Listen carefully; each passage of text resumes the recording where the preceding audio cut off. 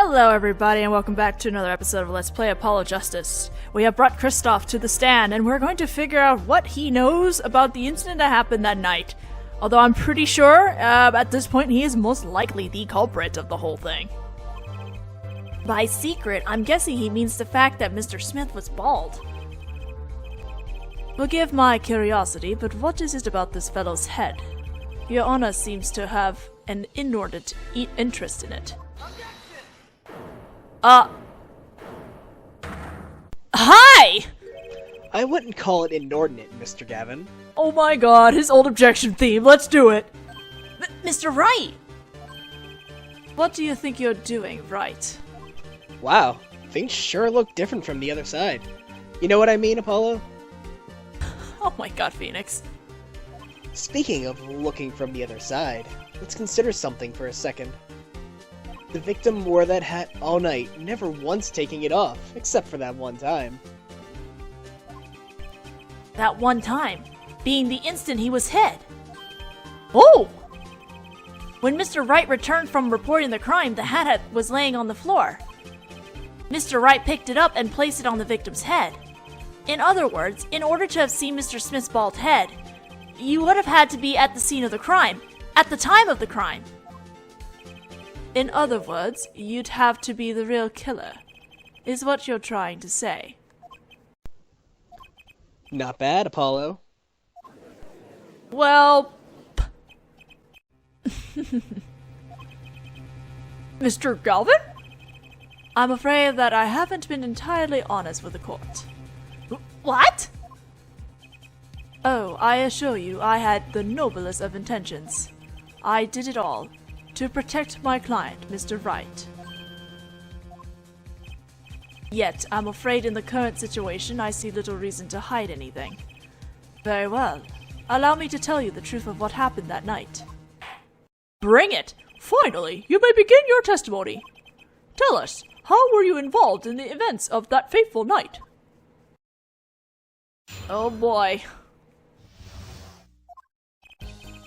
The rage I sensed in that man that night troubled me, so I returned to the club. I went down to the basement and peeked in through the little window into the hideout. It must have been right after the murder took place. The victim was dead, as he appears in the photo. A bald head, an unconscious girl, and Wright, holding a bottle in his hand. I sensed that was not the best place for me to be at the time, and so I left. That's when the call came from Wright. Kristoff, you little sneaky bastard! So you witnessed the murder! For better or worse, I missed the actual moment of the deed. Mr. Galvin, may I remind you that you are on Mr. Wright's defense team? Your testimony is clearly disadvantageous to your client. What else could I say? I'm standing on the witness stand, after all. So you are, Mr. Gavin. And you had to testify as you just did. You had to tell them you saw the scene of the crime through that little window. Mr. Wright? You had to say that, because that was the only probable window of opportunity. Right, Apollo? Oh. Oh? Mr. Wright, the defense should do the cross-examination, not the defendant. Mr. Justice, are you prepared? Yes, Your Honor. Can't believe I'm going up against Mr. Galvin. This trial is getting weirder and weirder. We're digging deeper and deeper. Ugh. Anyway. Let's press on everything. That man, you mean Mr. Smith? He was different from the other customers, his aura, shall we say. I knew he was a serious poker player, but it was more than that. So then you knew the true nature of your client's job? Of course, but I also knew he wasn't engaged in gambling, which would be illegal. Well, it makes sense that he know. They were friends after all. Worried for my friend, I returned to the club. You see, I feared this Mr. Smith might be someone coming to settle an old score. I see. What happened then? An old score?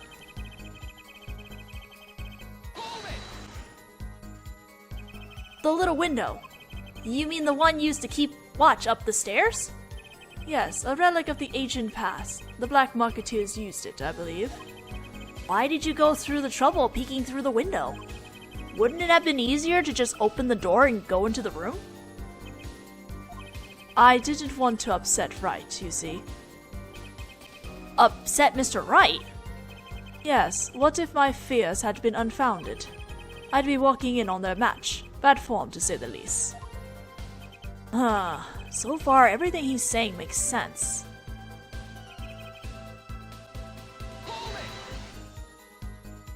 How do you know it was right after the murder? Really, no need to shout, Justice. I was just getting to that part in my testimony. Ah, there he is. The coolest defense in the West we know and love. Even when you're standing up there on the witness stand, some things never change. I was afraid you'd change too, right? But you haven't. You and that overbearing personality of yours. With friends like these, who needs enemies?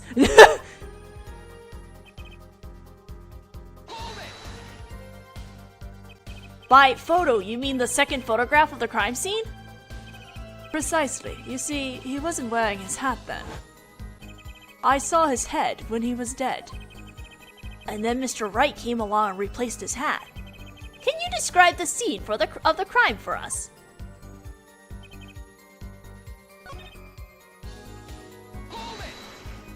Go past that for a second.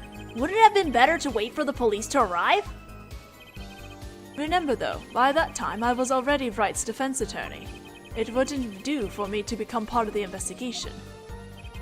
That makes sense. Or does it? I'm confused. Well, what happened next?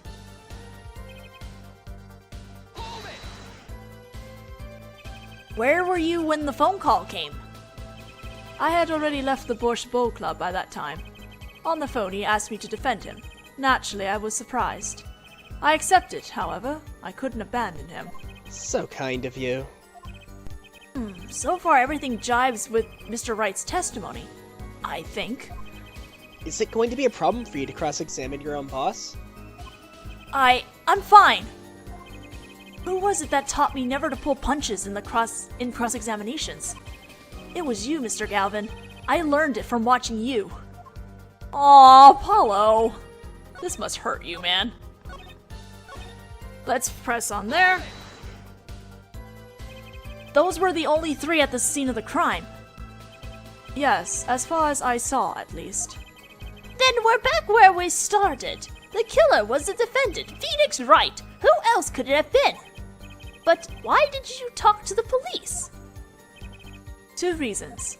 First, I didn't actually witness the very moment of the crime. Second, my office was asked to defend Wright. Even after seeing what I had seen, I couldn't abandon my friend. There must have been someone else there at the moment of the crime. Like yourself, Kristoff. Justice, I just said I saw no one, not a soul.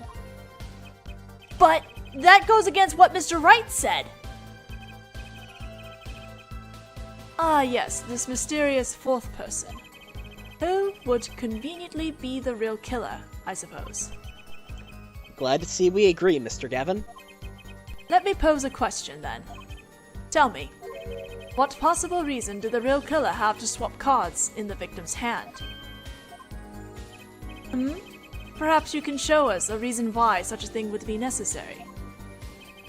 How can I show something I can't find myself? Remember, Apollo, the card that was swapped out was the 5th ace. The 5th ace? Right. Well, Mr. Justice, the question of why the killer would swap out a card has been raised. Can you point to a reason? Let's show evidence. It's now or never. The defense would like to present evidence to the court. Evidence showing the reason why a card was swapped out. Then go ahead and point out your reason, Mr. Justice. Why did the killer take the 5th ace? Alright, let's show that card that we were given. My reason is, this. Is that an ace? Why? Why, it's got blood on it! Right next to the spade! What? This is insane! Why wasn't I told about this? Why? Could this be? Could this be the missing fifth ace? Kristoff kinda blew over there. Inconceivable. How could you? What are you doing with that card? Well, that's the thing. Why is Mr. Gavin so upset? It's just a fishy card from some fishy girl. That's extremely fishy. Oh, that card? It's mine. That is, I picked it up at the Porsche Bowl Club that night after the murder had occurred. I gave it to my daughter. Cards are her stock and trade, after all. You gave your daughter a bloody card? Oh my god, this is even more fishy. No, impossible, unacceptable. The court can't accept this evidence. It's a fraud. A fraud? How can you be so sure? But what? I would think that the only person who could claim it was a fraud would be the one who took the real card from the crime scene. The real killer! Oh, Kristoff. Allow me to elaborate. What if this trace of blood was the reason? The reason for the killer to take the card from the scene of the crime. Where are you going with this? Take another look at the photo, and at the victim's head. At the moment of the crime, his hat fell to the floor, and a trickle of blood ran from his forehead down the back of his head. Couldn't a drop of that blood have fallen on one of the cards? I suppose. The killer then took the card to hide the blood. Regardless, that evidence is non-permissible. Oh? Right, regardless of how you wasted the last 7 years you used to be a lawyer. You know what a serious crime it is to conceal evidence. Oh, we can discuss the finer points of our legal system later. What's important now is that I've answered your question. What are you talking about? Dark Age of the Law, bitches! And now, I've told you. That one drop of blood would have been decisive evidence, you see.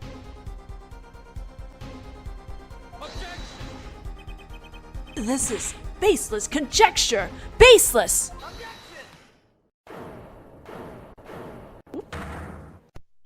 Oh, I assure you, it's quite That based. point! What? It's amazing, really, how a single drop of blood on a single card can lead us to the truth. It's quite simple. Well, Apollo? Yes? Try picturing the scene of the crime in your head. We're going 3-dimensional! This was all on a 3DS too. Isn't that pretty amazing? Oh, not a 3DS, just a regular DS. The murder took place in the hideout. The body of the luckless victim was found at the poker table. And before the killer swapped a card out, there was a single card with a drop of blood on it in the victim's hand. Given this, there is one decisive problem with this scene. Well, what is it? Let's keep it simple, shall we? Given that there was a drop of blood on a card, whose position in this diagram doesn't fit? The victims? The killers? The witnesses? The second witnesses? Whose position doesn't fit with the bloody card? Well, I believe that'd be the victim. Well, isn't it the victim's position that's the problem? I don't follow your logic here, Mr. Justice. Well, look, the victim was struck on the head, sending him back in his chair. You'd think any blood would fall behind the body, not onto the table in front of him. Oh! Take a look at the photo again. If he bled in this position, the blood would fall on the floor, not on the cards.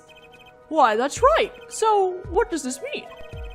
Incidentally, we were sitting in swivel chairs. How convenient. Swivel chairs? Oh man. Apollo, try turning the chair around. Just like I do to my cases all the time. You should be quite familiar with it by now.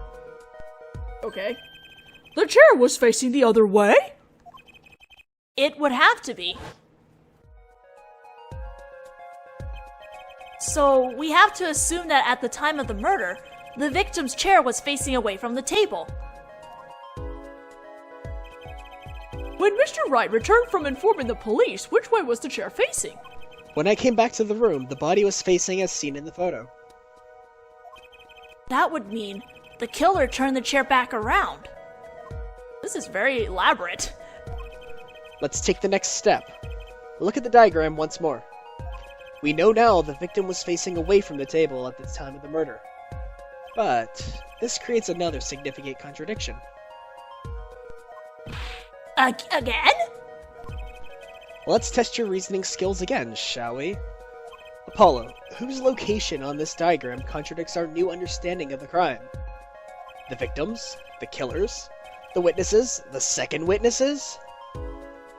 Whose location creates a contradiction if the victim was facing away?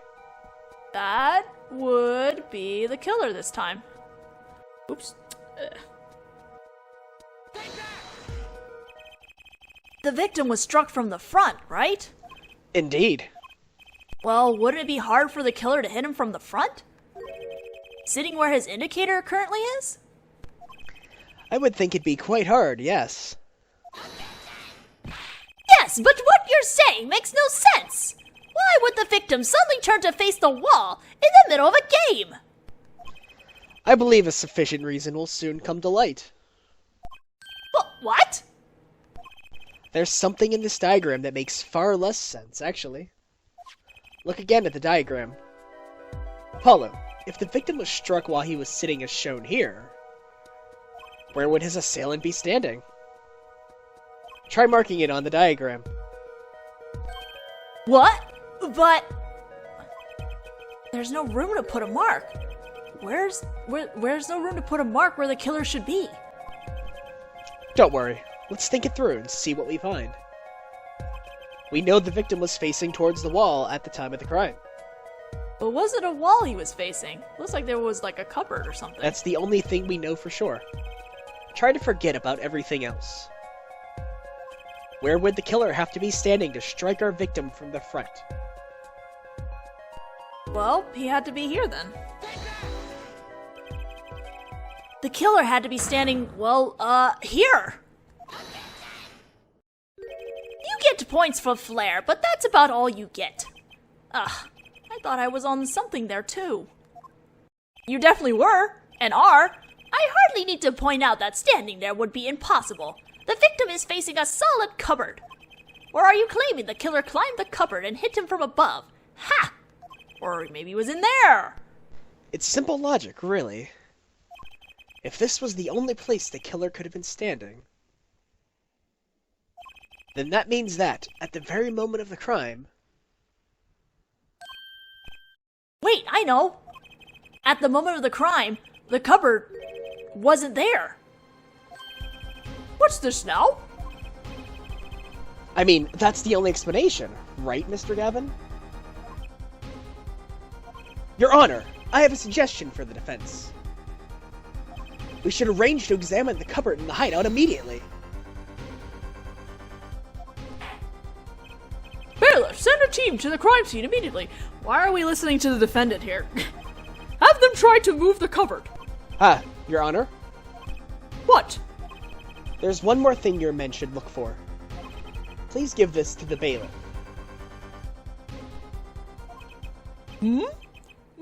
Yes, I see. You do belong in the courtroom after all, Mr. Wright. I do my best. What? But let's forge ahead here while we wait. Look at the diagram once again. It's been changed. If the killer was standing here at the time of the crime, then this cupboard wasn't here. Which means... Apollo, try moving the cupboard. Okay, we're going to move the cupboard. Thank you. You're welcome! As you can see, the cupboard was the problem. At the time of the murder, it has to have been as shown here.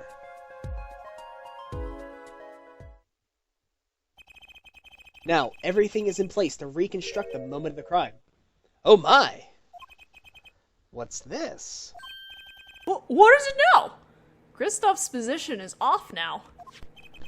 Look at the diagram of the crime scene once more. It appears we've found yet another contradiction. What I believe to be the final contradiction, in fact. Huh? Oh, dang. Notice something, Apollo? Our line of deduction is rapidly approaching its logical conclusion. Now then, Mr. Justice, please point to the new contradicting indicator. Is it the victim, the killer, the witness, the second witness? Which indicator in this diagram contradicts what we know about the crime? Witness number 2. I can get there. About this cupboard. Are we all okay with assuming it was moved? Sure, why not? Well, if it was, something really doesn't fit.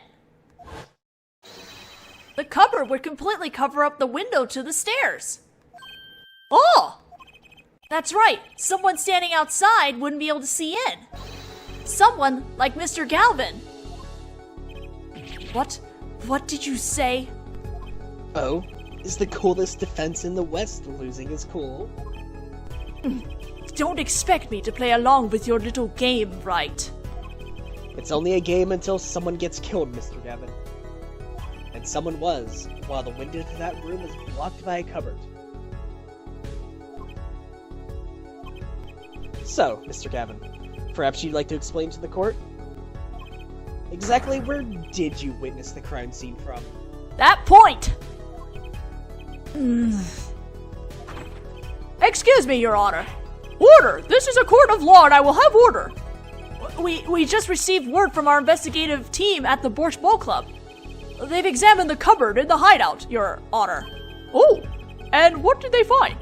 Well, Your Honor, it turns out there is a secret passage behind it. What? Of course there would be. Ah, yes. I believe I mentioned something of the sort before. This is one of the tricks to the room many of our regulars know about. I do remember him saying something about that, now that he mentions it. A secret passage is a handy thing to have when you're engaged in illegal goings-on. Never know when you might need to duck away from the eyes of the law. So the room has a secret passage. Where does it go? The other side connects to the restaurant above. The underworld bosses could get away from the cops and enjoy a cold bowl of borscht, no doubt. Just like our killer.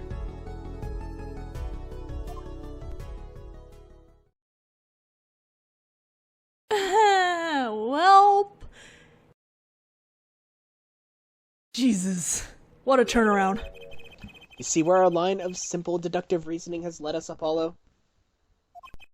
I see it, but I don't believe it. That girl wasn't kidding when she said I needed this trump card for the last hand. At the time of the murder, the window was blocked, and the victim's hat was only off his head for the few minutes between Mr. Smith's murder and Mr. Wright's return from calling the cops. In other words, the only place anyone could have seen the victim's bald head was from inside the hideout. Well, Mr. Galvin? Come on, say something. Dare I ask what really happened that night? Actually, I think we can probably figure it out ourselves at this point. That night, for whatever reason, our killer had a date with Mr. Smith. A date with destiny. Ooh, spooky. There he crouched, hidden in the secret passageway behind the cupboard, holding his breath, waiting for just the right moment. Then the chance came, and he took it. Ah! Ah! But why did you do that? Wait here, I'll get help. Miss Ogo really was out cold, struck by Mr. Smith. But his time was soon to come. Mr. Wright went upstairs to call the cops, leaving Mr. Shady Smith alone in the hideout with the unconscious dealer. Then our killer stepped out from the secret passage and into the hideout. The victim must have heard the cupboard sliding aside. He wheeled his chair around and looked, and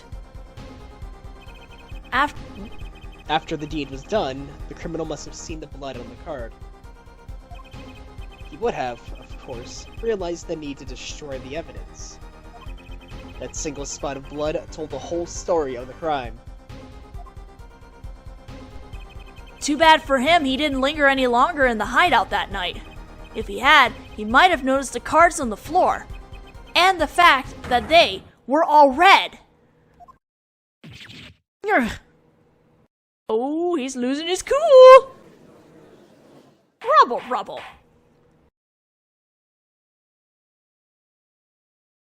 I'm gonna try and finish this. I'm probably gonna go over, but honestly, I'm gonna finish this because the case is almost done. Well, it seems this trial has taken yet another turn. I'm truly, truly sorry I had to see this day come, Mr. Galvin. Mr. Galvin. Mr. Payne! Yes, Your Honor. The prosecution will continue its investigation. As for Mr. Phoenix Wright, the defendant, he is hereby cleared of all suspicion. Ah! Believe me when I say that I don't believe this is happening, Mr. Galvin. But I'm afraid circumstances call for me to issue a warrant for your arrest immediately. Uh-oh. Uh-oh. Oh, no need to apologize. I'd rather enjoyed myself.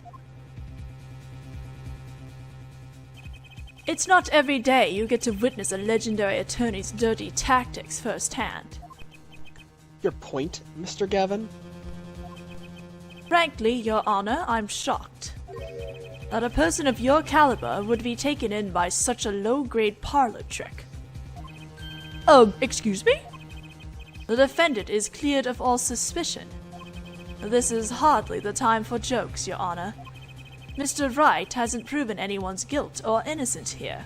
What he has done is use illegal evidence to put the blame on someone else. And not just anyone else, but me, his own defense attorney. That twitch. Illegal evidence? Let me ask you, Mr. Gavin. Is there still any reason, at present, to suspect me of wrongdoing? Of course, this bottle, for instance. The bottle of grape juice Mr. Wright was drinking? How do you intend to explain away the fingerprints on the murder weapon? And not just any fingerprints, am I right, Mr. Payne? Actually, yes. The fingerprints on the bottle were, upside down. Oh, yeah. I seem to recall this being an issue earlier. The court and this case demands an explanation. I can think of only one reason why one would hold a bottle upside down. And that is to hit someone with the bottom of the bottle. Well, Your Honor. See how the codfish squirms to the last. Well, Apollo? Yes? Your boss seems awfully concerned about this bottle still. But I'm sure you can come up with a suitable explanation, just like that. Yeah. Just like what? Why would anyone grab a bottle upside down other than to... Don't let him trick you into thinking this explanation is the only legitimate one. Is there really another? Take another look at the court record. I believe you'll find a simple answer there, in plain sight. How about you just say the answer in plain words? Yeah, that would help. But anyway, let me go look at a photo. Oh, wait, it won't let me do it. Well, I have to present this picture, that's all I can say. So, let's put that away for now. It would be hasty to deliver a verdict with unanswered questions, indeed. Well, Mr. Justice. Mr. Galvin said that the court and this case demand an explanation. Don't worry, justice won't leave until justice is done. Perhaps the defense would care to enlighten the court. What evidence do you have to explain why the fingerprints on the bottle are upside down? Let's present Olga's photo. It's actually easier to show you than explain, Your Honor. Place that bottle on the floor next to your chair. Excuse me? On the floor? Yes, now reach down and pick it up. Without getting out of your chair. Ah! See? You naturally go to pick up the bottle by its neck. With your fingers, upside down. Very precise explanation. Look at this photo taken on the night of the murder. The defendant, Mr. Wright, sat here, playing piano, bottles of grape juice on the floor to the side of his piano bench.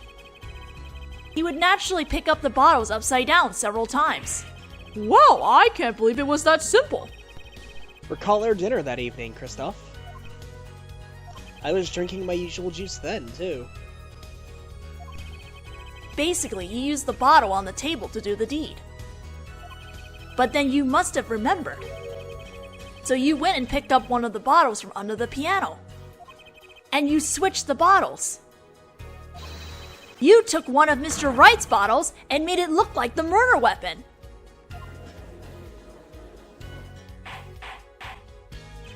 Order, order! What do you have to say to these charges, Mr. Gavin? Being smooth, that's what.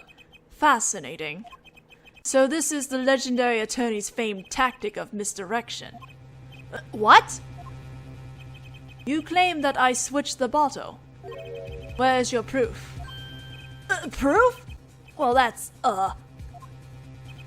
As I thought, more baseless conjecture. I'm afraid your bottle of proof is quite empty. I wouldn't be so sure about that. Your Honor, when you initiated the investigation of the hideout earlier, do you recall I requested an additional investigation? Ah, yes! I have your memo about that here. Retrieve the bottles from under the piano at the Borscht Bowl Club. And here's one of the bottles in question. What are you going to dust that for fingerprints too? I would be surprised if any were on that but his. Mr. Gavin probably wouldn't make such a novice mistake, true. That bottle won't bear a trace of anything. Say, Apollo. Yes. Why don't you go ahead and examine that bottle? But why? Just humor me. Humor you? Really? Mr. Wright. That bottle will solve this case once and for all.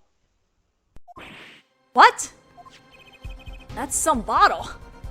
Well, let's do it. Oh?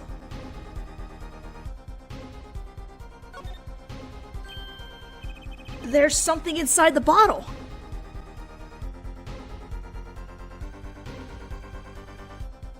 The Five of Hearts. What's this? The card. It can't be. Recall our unpleasant woman's testimony for a moment. Miss Olga, really? Yes, our little swindling Gavochka.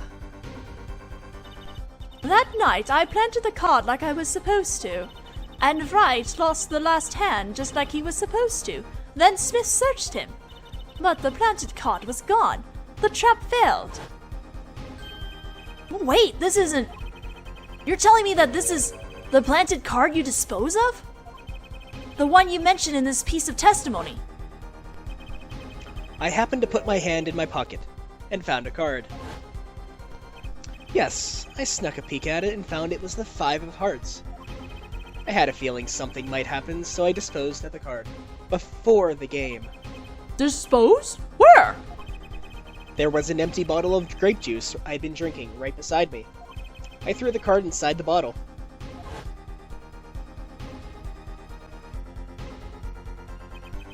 The Five of Hearts. This is the card. The bottles were swapped. And the only one who could have done that was the fourth person in the club that night. You, Mr. Kristoff Gavin.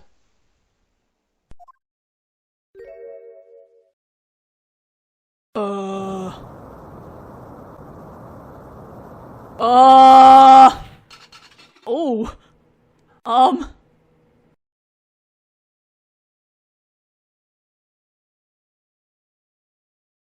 His rage is so intense he made things float. That is all.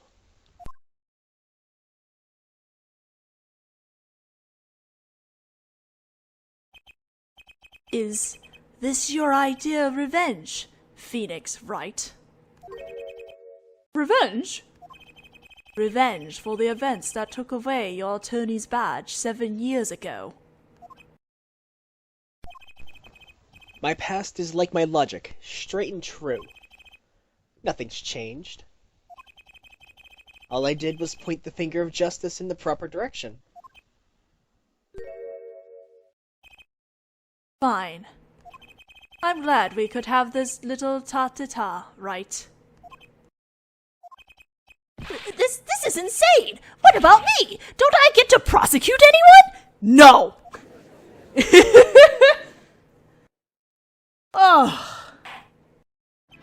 I believe this time we've finally come to the end of our trial. Mr. Payne, do you have a report for us on Christoph Galvin?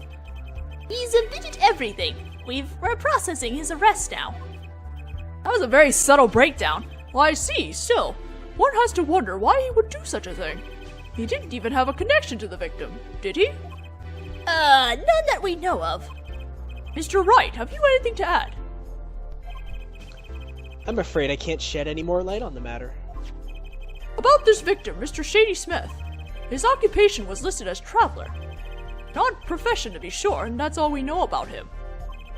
I'll arrange a follow-up investigation, Your Honor. Good. Mr. Wright? Yes? 7 years, and you still haven't lost your touch. Christoph Gavin was a man with much significance for me, both as a friend and as a lawyer. He was extremely talented, to be sure. I needed two things before I could confront him. The first was a place where no injustice would be tolerated, this courtroom. The second was a man who would tolerate no injustice. In other words, a defense attorney. You, Apollo. Me? A dark time is coming for our legal system. A twisting of justice brought on by our very own court system. We have to set it right. Mr. Wright. Our work lies ahead of us, and I, for one, am looking forward to it. Well, this seems like a good time to announce a verdict. This court finds the defendant, Mr. Phoenix Wright, not guilty! Confetti! Thanks, Gumshoe! Even though we don't really see you in this game. Court is adjourned. Whew. Man, this is a long first case. I thought Gray's attorney had a pretty long case, but gosh, this was pretty long too. Well, then again, I pressed everything. Thanks, Apollo. You came through, just like I thought you would. I'm pretty sure I didn't do a thing in there. It was you who cornered the killer. I couldn't have done it by myself. You sensed it too today, didn't you? Your ability. Ability? Yes, a sensitivity I lack. You'll come to understand it soon enough. Wait, I wonder if he means... I have one question for the witness then. You say you saw the moment the defendant hit the victim. Is this true? Of course it's true. What's this weird vibe I'm getting? What was that, Mr. Wright? You'll have to find the answer to that question yourself. Of course. The answer? Right. Today was full of questions without answers. Most of them about Mr. Galvin.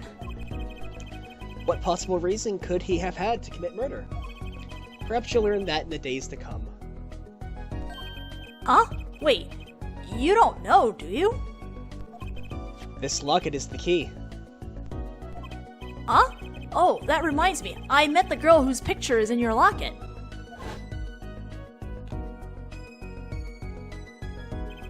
Your daughter, right? That's right. She's my daughter. You know, you were right about this locket. Eh? I took this off his neck the night he died. But it looks like our dear Russian scam artist saw me. So the truth is, this locket really did belong to him. Wait, but that's perjury! You testified! You said that locket was yours! I said no such thing, actually. Huh? I merely said that it was a locket with my daughter's picture inside. You're so sneaky! A subtle distinction, but a distinction nonetheless. And it's the truth. Wait, but then, why? Why was the victim wearing a locket with a picture of your daughter inside it? Sometimes the straightest path to the truth isn't the best one. Give it time. You're still just getting started with your career. Speaking of which, I may be out of a job. I work for Gavin Law Offices, after all. I still can't believe I just saw Mr. Gavin get led away in handcuffs. Apollo, Yes? how about coming to work for me? Eh? You mean at the Wright & Co. Law Offices? I mean, there's not a single attorney in my generation that doesn't know it. I can't imagine that to be true, but... Wait, but you're not a... Oh, I turned in my badge, yes. I'm not an attorney anymore. That incident 7 years ago. That legendary trial. And at the middle of it all was this one man, Phoenix Wright. The case reached its sad conclusion, and he left law for good. Have you ever thought about coming back to the courts? I'm not qualified to stand in a court of law, I'm afraid. Yeah, you say that now, and then we have dual destinies. Didn't you notice in today's trial? There was a single piece of forged evidence. Forged evidence? What are you talking about? I'm talking about evidence that shouldn't have existed. A naughty magician's Oh trick. my god. One piece of evidence struck me as odd, it's true. It just seemed, well, too perfect. I'll bet this was the forged evidence. That bloody ace. You mean this?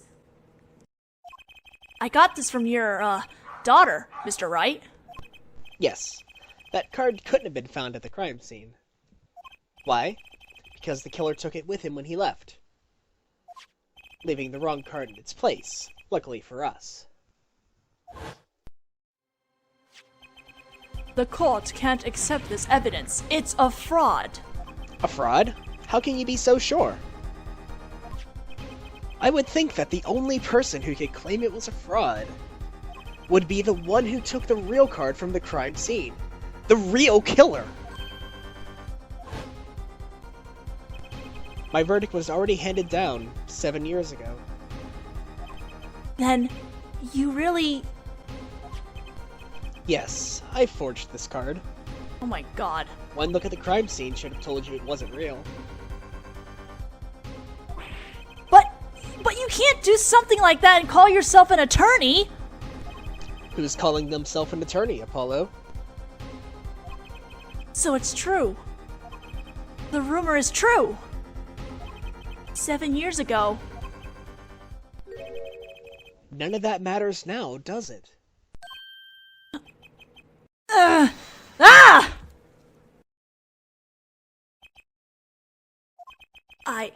I punched him. Holy shit, Apollo! It's your story from here on out, Apollo. Perhaps I can help you turn the next page. My office's address. Drop in, if you like. Mr. Wright. Oh, about your uppercut. Try yelling, "Take that!" next time. I find it packs a little more punch. And, Apollo, thanks for today. I had a good time.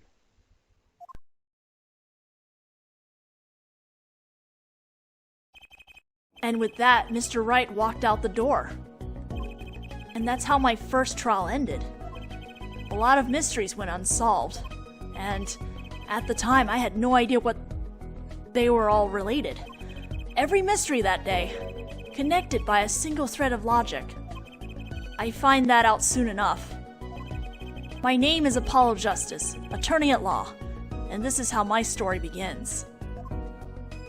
I think we're done. The end! We are indeed done! So I guess with this, we can continue on into the second case, which is all about panties as far as I'm aware. So I'll see you guys in the next video!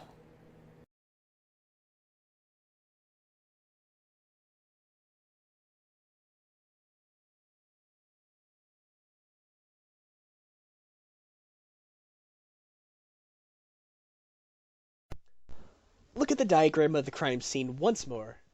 It appears that blah blah blah blah blah blah blah blah. Oh, about your uppercut. Try yelling, "Take that!" next time. Next time I'm going to get you back for that punch too, you son of a bitch.